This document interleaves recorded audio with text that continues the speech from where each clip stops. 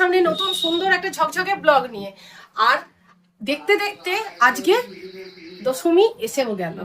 মনটা সত্যি ভারাক্রান্ত বা কষ্টও হচ্ছে যে কোথা দিয়ে 4টে দিন একদম মানে ঝড়ের গতিতে বেরিয়ে গেল, তাই না বলুন? তা সে যাই হোক, মা তো আজকে বিদায় নেবেন। তা সকলকে আমার তরফ থেকে আমি জানাচ্ছি শুভ বিজয় দশমী।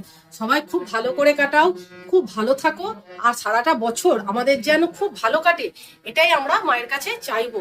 যে মা তুমি ফিরে যাচ্ছ, কিন্তু আমরা যেন সারাটা বছর খুব ভালোভাবে থাকতে পারি আমাদের আপনজনদের সঙ্গে নিয়ে। তাহলে আর আজকে দেখো, আমি এই সন্ধ্যাবেলা আজকেও আমি রেডি হয়ে নিয়েছি, একদম এরকম একটা কুর্তি পরে নিয়েছি। আর কালকে আমাদের বাড়ি আসতে অনেকটাই রাত হয়ে গেছিল, তা সেই জন্য কালকে তো আর কোনো কথা হয়নি। আর আজকে হচ্ছে এরকম সন্ধ্যাবেলা একদম সেজে গুজে আমি রেডি হয়ে নিয়েছি। এদিকে আমার সোনামা দেখুন হাওয়া খাচ্ছে পাখায়, কারণ পাখাটা আমি বন্ধ করেছি, হাত পাখায় ওর মেকআপ করে যাবে। চলো, মেয়েও একটা সুন্দর এরকম এটা কি রে বাবু, 3 পিস? না, এটা সেই সারারা সেট। সারারা সেটটা একটা কিনেছিল ও ব্ল্যাকের ওপর, সেটাও পরে নিয়েছে। দেখুন আজকেও আমি গাড়ি নিয়ে বেরিয়ে পড়েছি।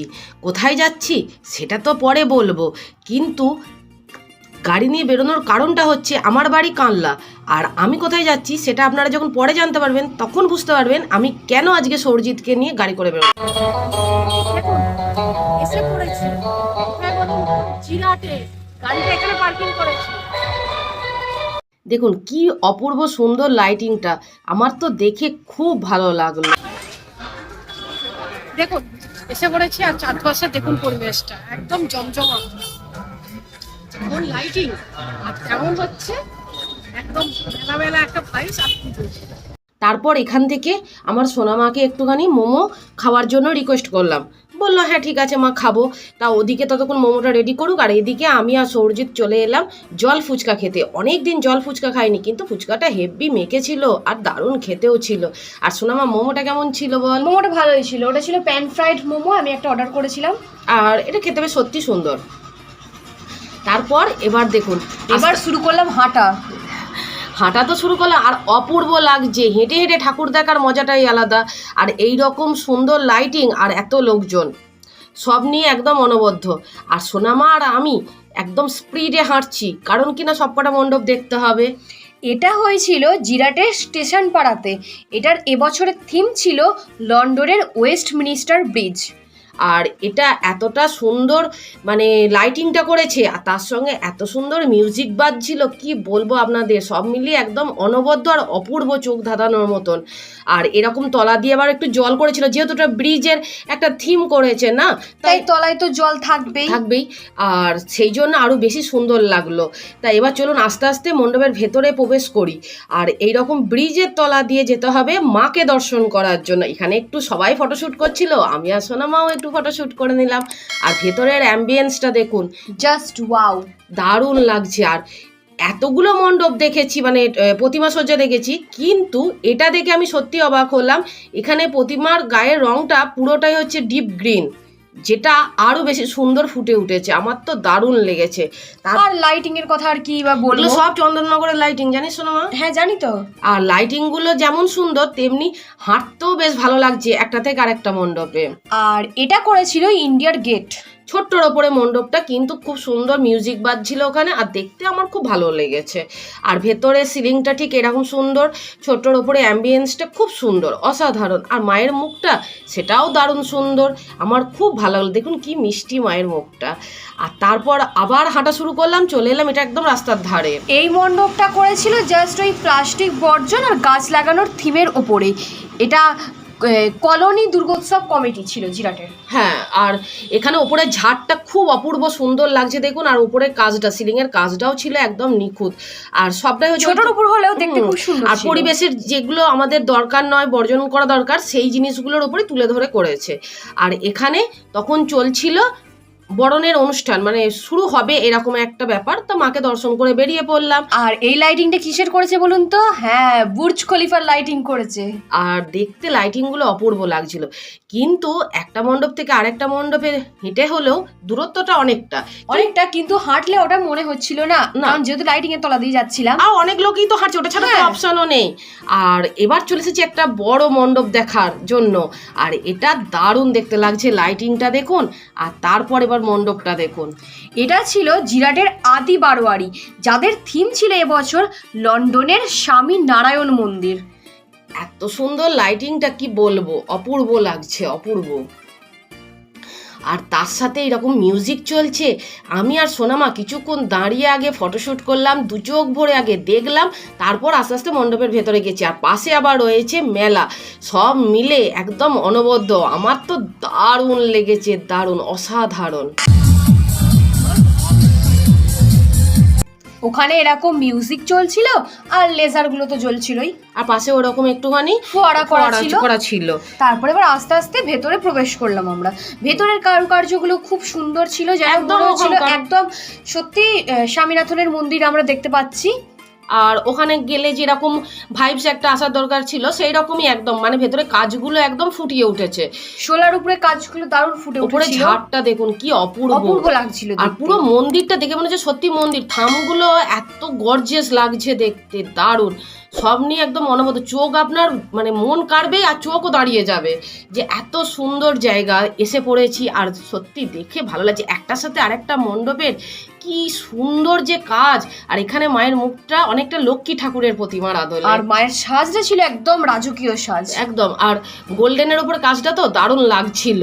আর তার সাথে এই মেলা, আর মেলাতে আসা মানে আমার যেটা ভয় করে সেটা হচ্ছে নাগরদোল্লা। তা কি ভাগ্যে আমার মেয়ে বললো নাগরদোল্লায় আমার চাপবো না, শুধু চলো দেখবো একটু দু চোখ ভরে থালি হবে। আমি বলছি তাই সই কি, মানে এখনও তো ঠাকুর দেখার বেশ ব্যাপার আছে। আর ওর দেখলাম ঠাকুর দেখতে বেশ ভালোও লাগছে, অন্য বছরের মতো নয় যে নাগরদোল্লায় চাপবো, এরকম একটা ব্যাপার। আর লাইটিংগুলো দেখুন, একটার সাথে একটার কোনো মিল আছে বলুন, কি অপূর্ব সুন্দর না? আমার তো দারুণ লাগছে প্রত্যেকটা লাইটিংয়ে দেখতে।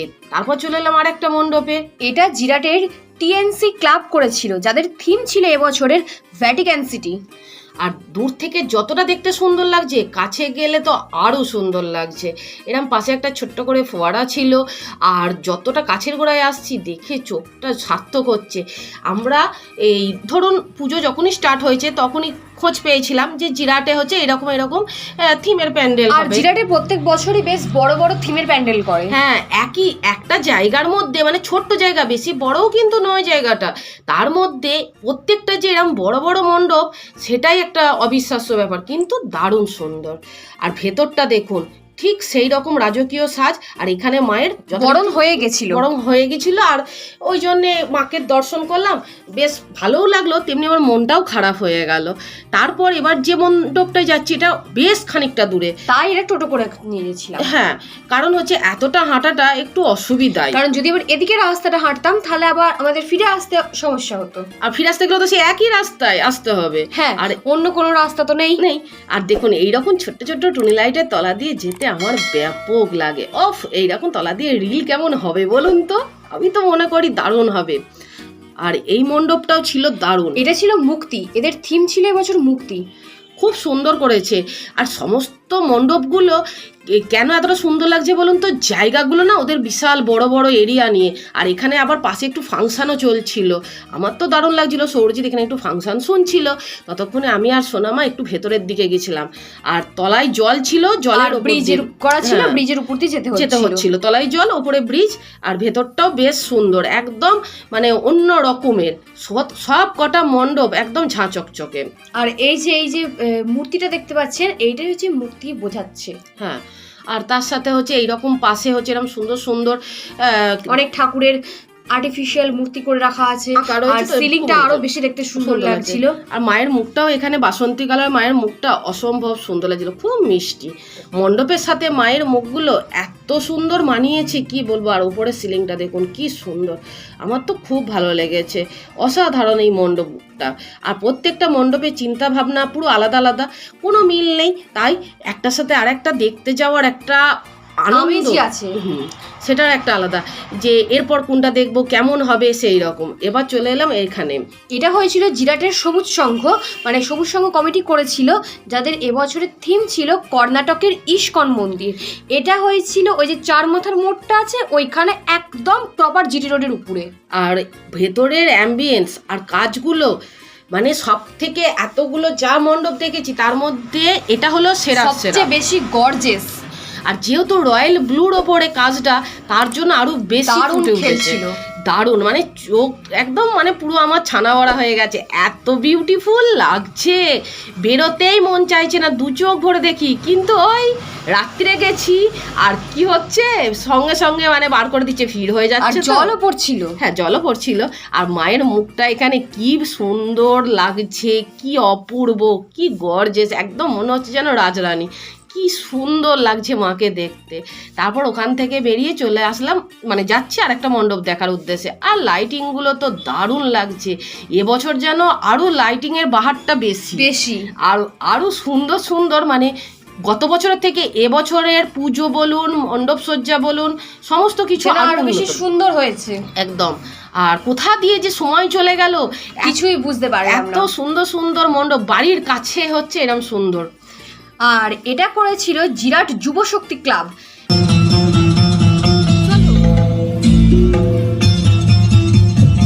যাদের এবছরের থিম ছিল রাশিয়ার রাধাকৃষ্ণ মন্দির। ওই তো দেখলেন মিউজিকটা, ওরা মাঝে মাঝে একটুখানি আলো জ্বলছে, বিভিন্ন রঙের আলো জ্বলছে, আর তার সাথে গান বাজছে। ওরা ওপরে সিলিংটা দেখুন, একদম চোখ, মানে চোখ মন প্রাণ সব আপনাকে একদম ছুঁয়ে স্পর্শ করবে। আর ভেতরটা কি বলবো, চরম লেভেলের ভিড়, আর দারুণ লাগছে মাকে দেখতে।